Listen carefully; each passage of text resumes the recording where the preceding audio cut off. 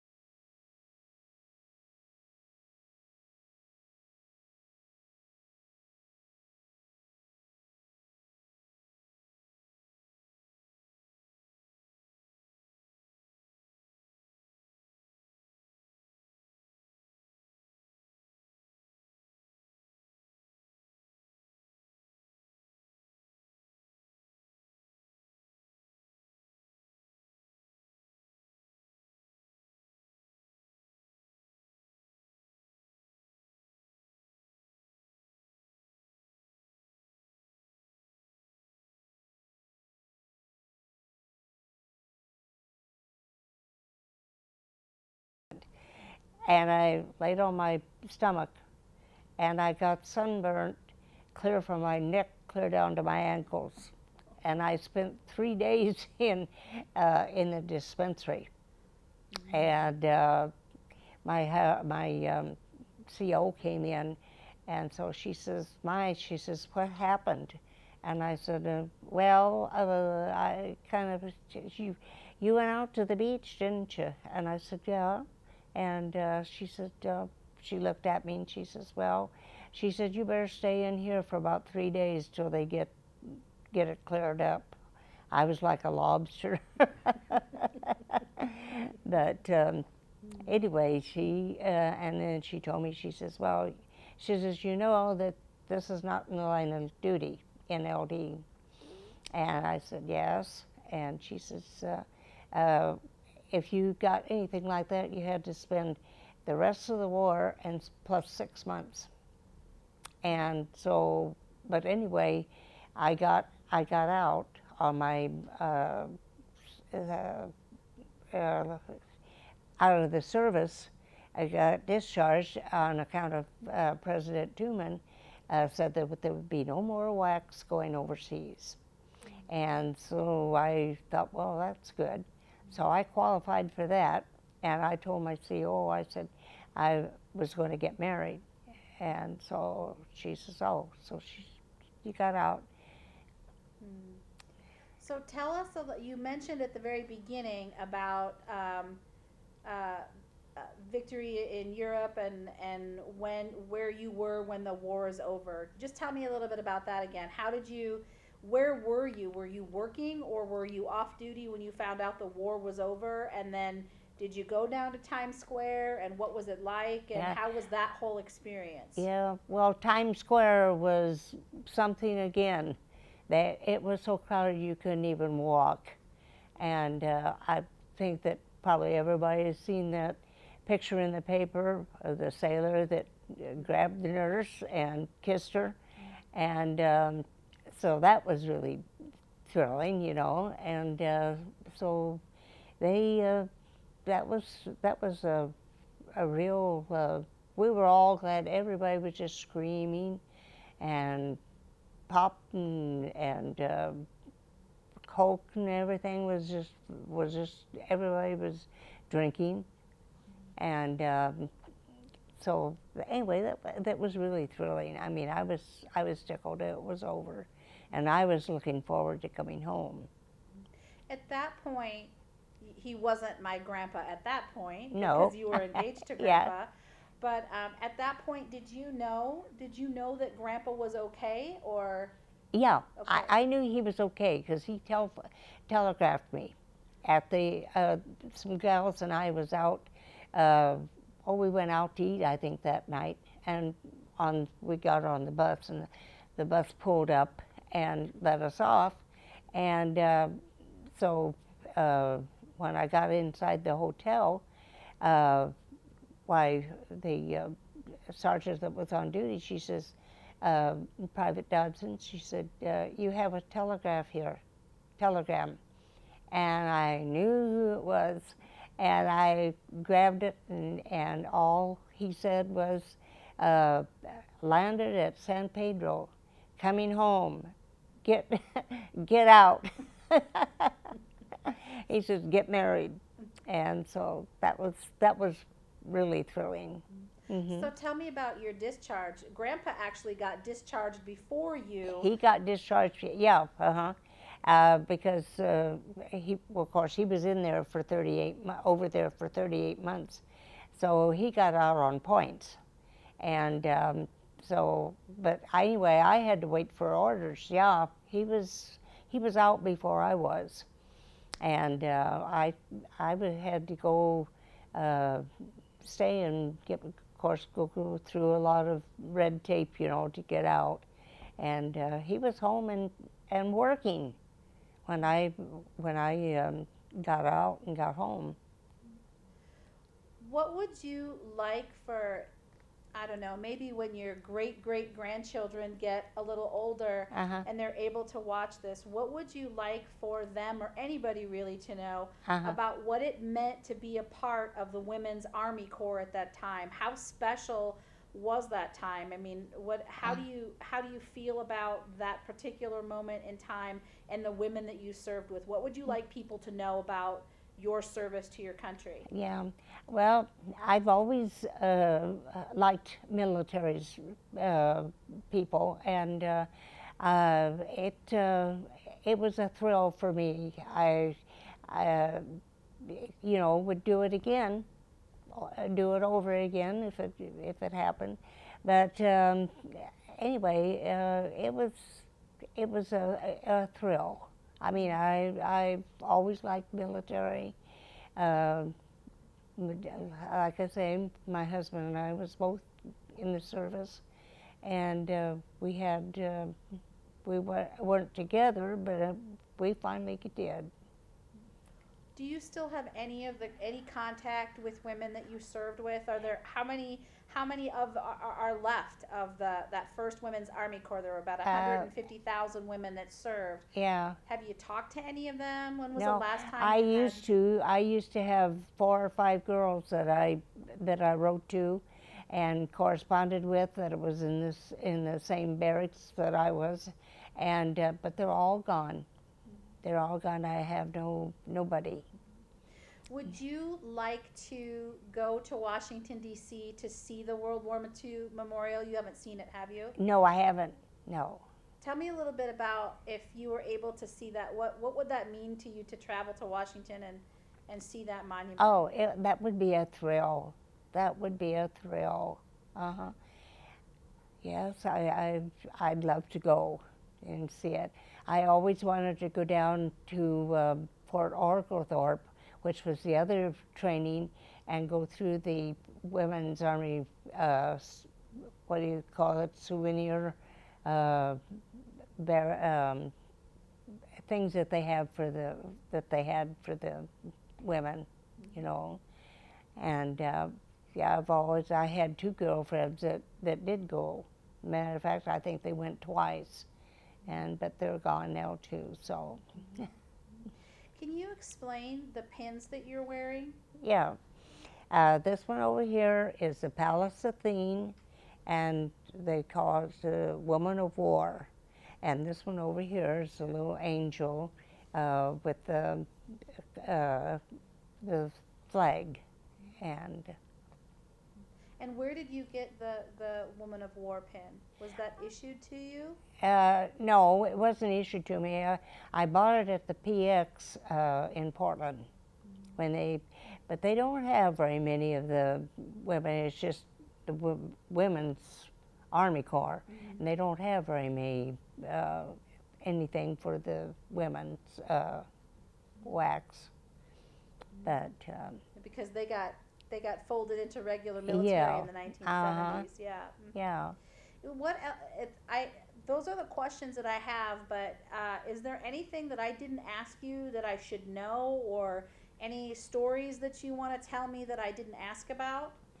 Well, uh, I could tell you a funny little story that when the first regiment came into, this was in the WAAC, and they came into Fort Des Moines, the first regiment, and we had and it was cold, just about like it is here, and they came in a big truck, and they had their fur caps on and boots and everything, and when we got there, we had just little tiny skirts and little tiny slipper heels and things, and we were freezing. And the colonel of the post was there, and he was over all the whole regiment. And he said that he did something that he would like to do, and so his secretary said he came out into the office, and she said, "My goodness," she said, "how come you're dressed up like that?" He was dressed as a hobo, and she said, "Why are you dressed like that, sir?" And he said, "I'm just going to have a little fun." And so she says, "Oh, okay." So he went out and on the deck where they was unloading, and he was just acting just like a hobo, you know. He had his cigar in his mouth, and he was just moping around. And there was one gal came out, and you had to go down steps, and she had a couple suitcases. So she said, "Sir," she said, are you doing anything?" And he, "No, I'm not." And she said, "Would you grab these two suitcases for me?" And sure, he says, "I will." So he picked up the suitcases and set them on the deck of the post. And so she went in and took them in, and then he just kind of walked around, and he was enjoying it. He was getting a good big bang out of it. And so then about 2 or 3 days after that, after we were issued our uniforms and everything, and we had orientation. And so we went in, and this little gal came in, and she sat, I think it was in the first or second row. And she came in, and she sat down, and so his secretary came out and gave a speech. And so then she presented him, and she said, "All right," she said, "Please stand." And we all stood, and here he came walking out, and she turned every color of the rainbow. And she was so embarrassed. Oh, she said, and he came out, and of course, they all clapped, Oh, she was embarrassed to tears. But he had fun. Mm-hmm. He enjoyed that. He said that he had his fun for the day. What would you like to tell anybody about the military or military families, or what the military means to you personally? The military means it's a lot different than when I was in. I mean, they have all these people that are turning against the military, and which I think is wrong. And I don't think the military isn't like it used to be. It just isn't.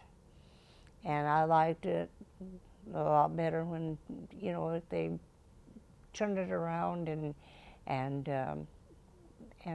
do the things that they used to do. Is there anything else that I forgot to ask you? I can't think of anything.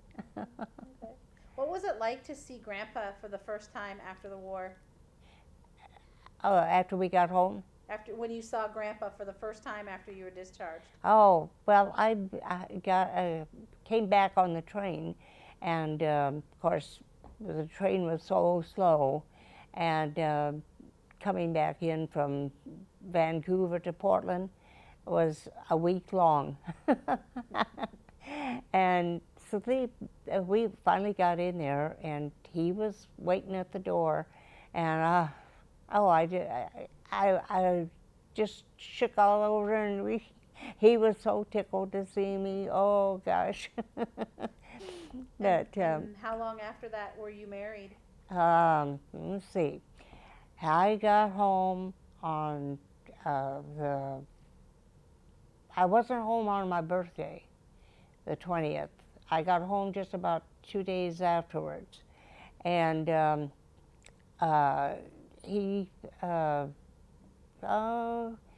we were married on the 25th of November on Thanksgiving, and my mother fixed a nice great big dinner for us and everything. So it was about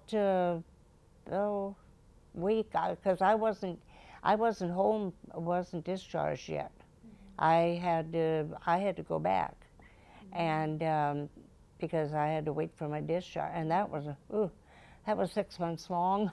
Mm-hmm. It really wasn't, but I mean, felt like it, And so anyway, I wanted him to go back with me. And he said, no. He said, I want to stay here and go back to work. And his boss had saved his job for him. And then afterwards, several years afterwards, why, he said, I wish I had have gone back with you. So, but he didn't, so I... So you two were married and you had to go back to New York? Uh-huh. Oh, I didn't know that. Yep. I wasn't out yet. See, he got out November the 8th. And then was, so he was home a long time before I got home. So, but I... So you were able to get out to go marry him, and then you had to go back. Yeah. Yeah. So you went I home had to for go back to wait for my orders. And there wasn't anything to do. You had to wait, you know. We could go down to, we could go any place we wanted to on base, but we couldn't, because we never knew when Sergeant was going to come in with some orders, and you don't know whether they were yours or not. So, Okay. Right. Well, thank you for spending time in the studio today and telling the story. I guess I never knew that you and Grandpa were married while you were still in the Army. Yeah. So that was interesting. I learned something new today. So thanks, Grandma. Yep, thank you. Oh boy, I don't know how that's going to work.